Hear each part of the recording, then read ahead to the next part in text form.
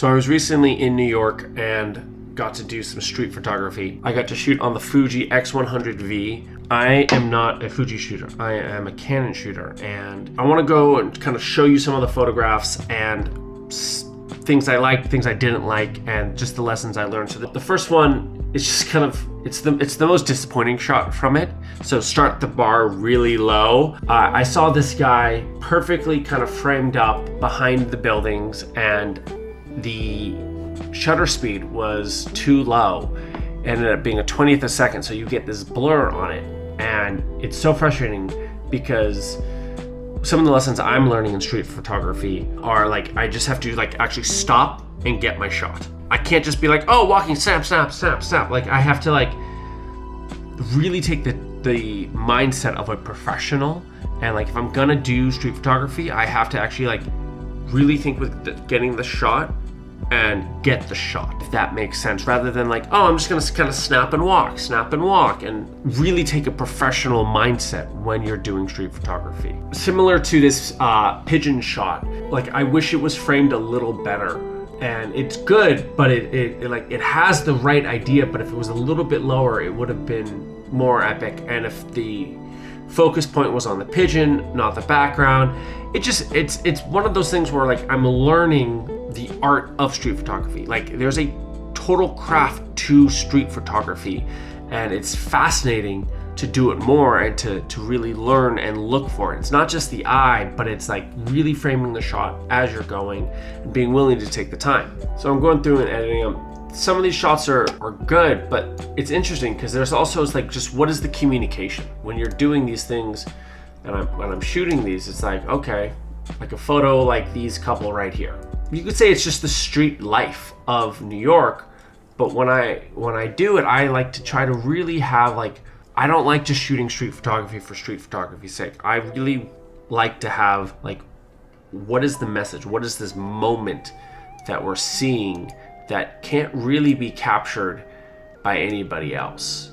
That's always my goal, is to capture a moment that others really couldn't duplicate.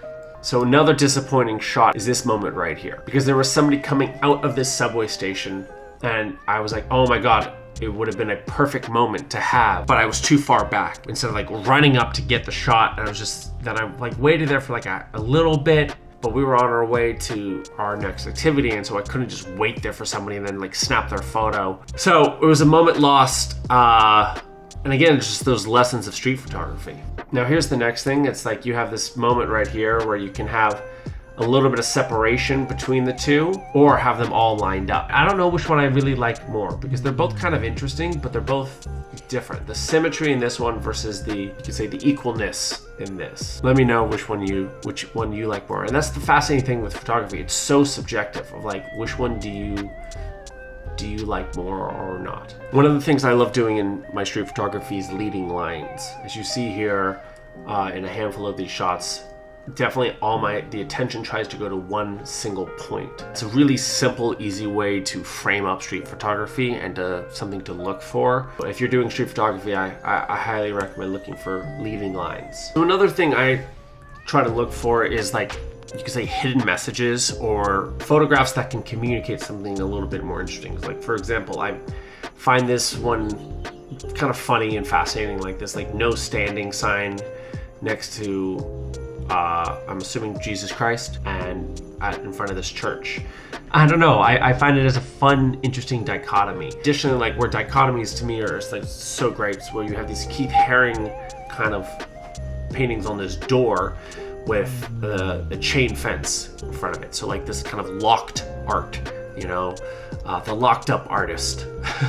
So where it has these kind of interesting dichotomies, I think are always a fun thing to look for in street photography. I then personally find like architectural photos are always, to me, such a fascinating thing, because it is, again, you could say anybody can shoot it, but not everybody has the same eye or is going to shoot the same angle, or that you don't always think to look up. I think his Instagram handle is called Trash Hand. It was a street photographer that I truly admired, and it was many years ago. And I saw a post from him, which was, look up.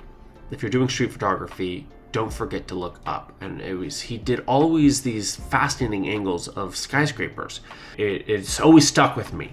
So I try to, whenever possible, to always look up, because you don't know really what you're missing, and it's not something that you might always do, is to look up. I want to show you the before and after on this. So here's the after, but it started like this, and then with some editing it looks like this, and it becomes this really magical moment. It's like, you just got to capture the moment, but then through the use of coloring and editing, like, I didn't manipulate anything except just change exposures and slight coloration, but that was like all you could say I did on this photograph, and it just becomes a much more interesting photograph, looking at the before and then the after. Overall, in my opinion, the goal of street photography is to capture a moment that occurs in life and to document that moment. So here are a few of those moments. I always try to focus on my composition and what makes that moment kind of unique or different or special, whether it's the fashion, the colors, the composition. And sometimes you take a photo and the settings are totally off, but you kind of get a weird magical moment.